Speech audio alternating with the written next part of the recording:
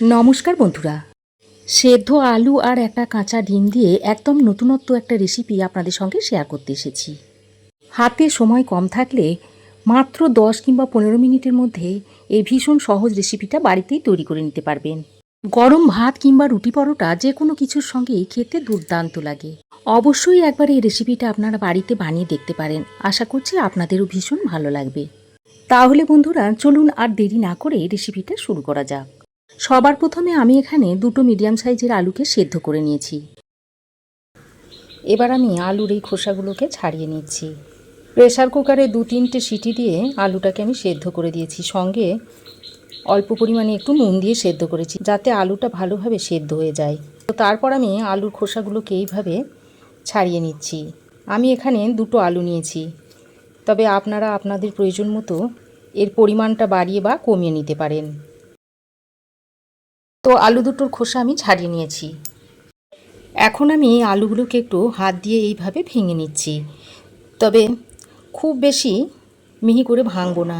এইভাবে একটু গোটা গোটা রেখে আলুটাকে ভেঙে নিতে হবে। আলু দুটোকে আমি এরকম গোটা গোটা রেখে ভেঙে নিয়েছি। এবার আমি এটাকে এক সাইডে সরিয়ে রেখে এখন আমি এখানে নিয়েছি একটা ডিম। এবার আমি এই ডিমটাকে একটা বাটির মধ্যে ভেঙে নিচ্ছি। তারপর এই ডিমটাকেও এক সাইডে রেখে দিচ্ছি। তো ডিমটাকে এক সাইডে সরিয়ে রেখে আমি সরাসরি রান্নাতে চলে এসেছি। তার জন্য গ্যাসে একটা কড়াই বসিয়ে দিয়েছি। তারপর এর মধ্যে অল্প পরিমাণে একটু সর্ষের তেল দিয়ে দিলাম। এবার তেলটাকে একটু ভালো করে গরম করে নিয়ে এরপর এর মধ্যে সামান্য পরিমাণে একটু নুন দিয়ে দিলাম। এবার এই নুনটাকে তেলের সঙ্গে ভালো করে নেড়ে চেড়ে মিশিয়ে নিয়ে ওই যে ডিমটা আমি ভেঙে রেখে দিয়েছিলাম সেটা এর মধ্যে দিয়ে দিচ্ছি। তারপর এই ডিমটা দিয়ে একটা ভুজিয়া তৈরি করে নেব, তবে সঙ্গে সঙ্গে নাড়াচাড়া করবো না, তাহলে ডিমের ভুজিয়াটা একদম কুচো কুচো হয়ে যাবে। তবে ডিমের কুচোগুলোকে একটু বড় বড় রেখে আমি ভুজিয়াটাকে তৈরি করে নেব। তো এখন ডিমটাকে নেড়ে চেড়ে ডিমের ভুজিয়াটা আমি তৈরি করে নিয়েছি। এবার আমি এই ডিমের ভুজিয়াটাকে একটা পাত্রে তুলে রেখে দিচ্ছি। তো দেখুন ডিমের ভুজিয়াটাকে আমি একটা পাত্রে তুলে নিয়েছি। ডিমের ভুজিয়াটা তুলে নেওয়ার পর আবারও ওই কড়াইয়ের মধ্যে দিয়ে দিচ্ছি আরও সামান্য পরিমাণে একটু তেল। তো তেল ভালোভাবে গরম হয়ে এলে এবার আমি গরম তেলের মধ্যে 1/2 চামচ পরিমাণ দিয়ে দিচ্ছি গোটা জিরে, আর 5-6টা মতো গোলমরিচ এইভাবে একটু থেতো করে নিয়েছি সেটা এর মধ্যে দিয়ে দিচ্ছি। এইভাবে থেতো করে নিলে এই ফ্লেভারটা খুব সুন্দরভাবে বেরিয়ে আসবে। তো ফোড়নটাকে কয়েক সেকেন্ড ভেজে নিচ্ছি। তারপর ফোড়ন থেকে একটা দেখুন মিষ্টি গন্ধ বেরিয়েছে। ঠিক এই সময় এর মধ্যে আমি দিয়ে দিচ্ছি কুচনো রসুন। এখানে আমি 6-7 কোয়া মতো রসুন কুচি করে নিয়েছি, সেই রসুনটাকে এখন দিয়ে দিয়েছি। এবার রসুনটা দিয়ে আবারও ফোড়নের সঙ্গে একটু হালকা করে ভেজে নেব, তবে খুব বেশি ভাজবো না, যাতে রসুনের গন্ধটা সুন্দর থাকে সেই রকম করে একটু ভেজে নিতে হবে। তো দেখুন রসুনের মধ্যে একটু হালকা ব্রাউন কালার এসে গেছে। এবার আমি এখানে নিয়েছি একটা মিডিয়াম সাইজের কুচনো পেঁয়াজ, সেই পেঁয়াজটাকে এখন আমি এর মধ্যে দিয়ে দিচ্ছি। এবার পেঁয়াজটাকে দিয়ে ফোড়নের সঙ্গে বেশ খানিকক্ষণ ভাজা ভাজা করে নিতে হবে, যাতে পেঁয়াজটা একটু নরম হয়ে আসে। বেশ খানিকক্ষণ ফোড়নের সঙ্গে পেঁয়াজটাকে নাড়াচাড়া করতেই দেখুন পেঁয়াজটা অনেকটাই নরম হয়ে এসেছে। এবার আমি এর মধ্যে দিয়ে দিচ্ছি কুচনো কাঁচা লঙ্কা। এখানে আমি 2-3টে মতো কাঁচা লঙ্কা কুচিয়ে নিয়েছিলাম, সেটা দিয়ে দিয়েছি। কাঁচা লঙ্কাটাকে দিয়ে আবারও পেঁয়াজের সঙ্গে খানিকক্ষণ এইভাবে ভেজে নিচ্ছি। তো দেখুন পেঁয়াজ কাঁচা লঙ্কাটা দিয়ে আরও কিছুক্ষণ ভেজে নিয়েছি, আর এই পেঁয়াজের গায়ে দেখুন এইরকম একটা হালকা বাদামি রং ধরে গেছে। এবার আমি এখানে একটা পাকা টমেটো নিয়েছি, সেই টমেটোটাকে এরকম একটু ছোটো ছোটো করে কুচিয়ে নিয়েছি, সেটা এখানে দিয়ে দিলাম। তারপর টমেটোটা দেওয়ার সঙ্গে সঙ্গেই অল্প পরিমাণে একটু নুন দিয়ে দিলাম, যাতে টমেটোটা খুব তাড়াতাড়ি নরম হয়ে যায়। তো দেখুন বন্ধুরা টমেটোটা দিয়ে পেঁয়াজ আর লঙ্কার সঙ্গে আমি প্রায় 2 মিনিট মতো একটু ভেজে নিয়েছি, আর টমেটো দেখুন অনেকটাই নরম হয়ে গেছে।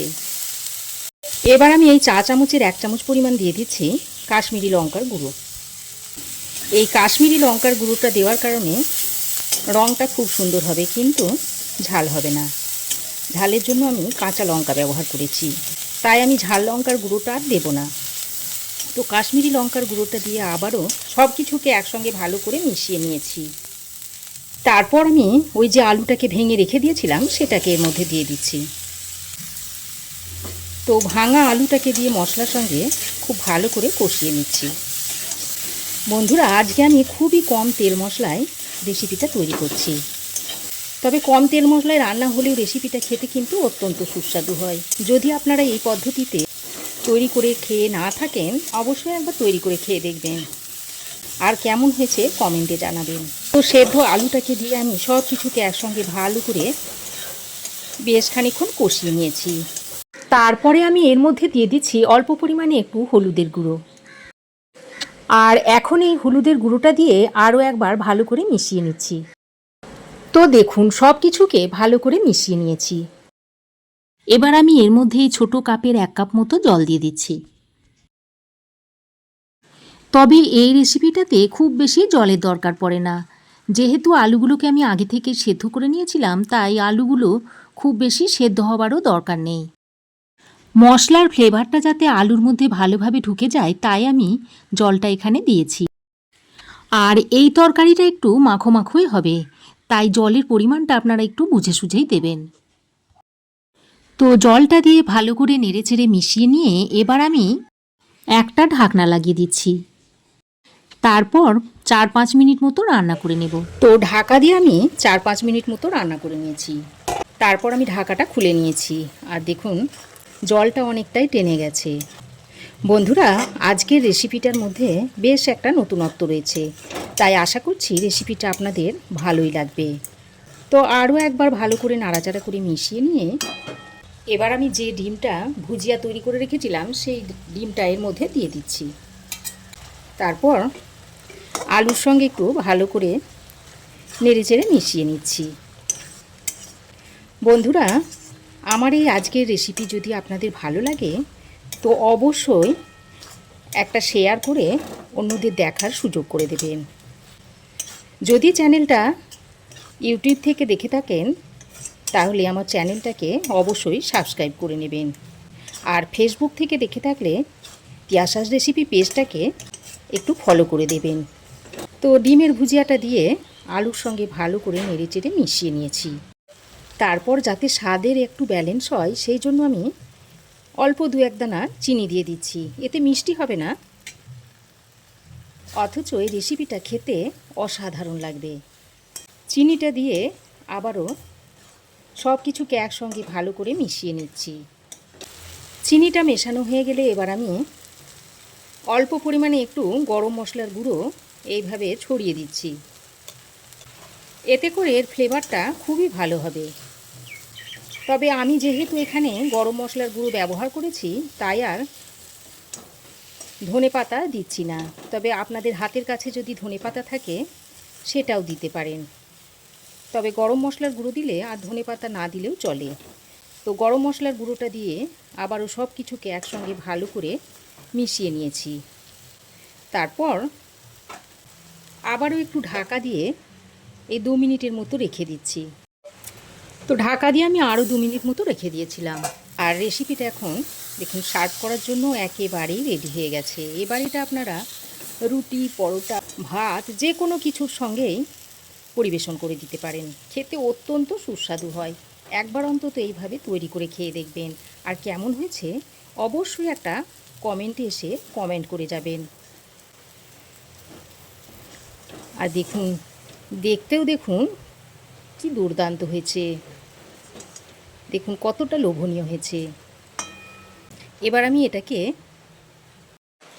একটা পাত্রে সার্ভ করে দিচ্ছি। তাহলে দেখলেন তো বন্ধুরা, খুবই কম তেল মশলা আর শুধুমাত্র একটা ডিম আর আলু দিয়ে কত সুন্দর একটা রেসিপি তৈরি করে নেওয়া যায়। ডিম আলুর এই রেসিপিটা আমি একটা পাত্রে সার্ভ করে দিয়েছি। তো এইভাবে আপনারাও একবার তৈরি করে খেয়ে দেখুন, আর কেমন হয়েছে অবশ্যই একটা কমেন্ট করে জানান। আজ তাহলে এ পর্যন্তই। আবার দেখা হবে নতুন কোনো রেসিপি নিয়ে নেক্সট এপিসোডে। সে পর্যন্ত ভালো থাকবেন, সুস্থ থাকবেন। ধন্যবাদ।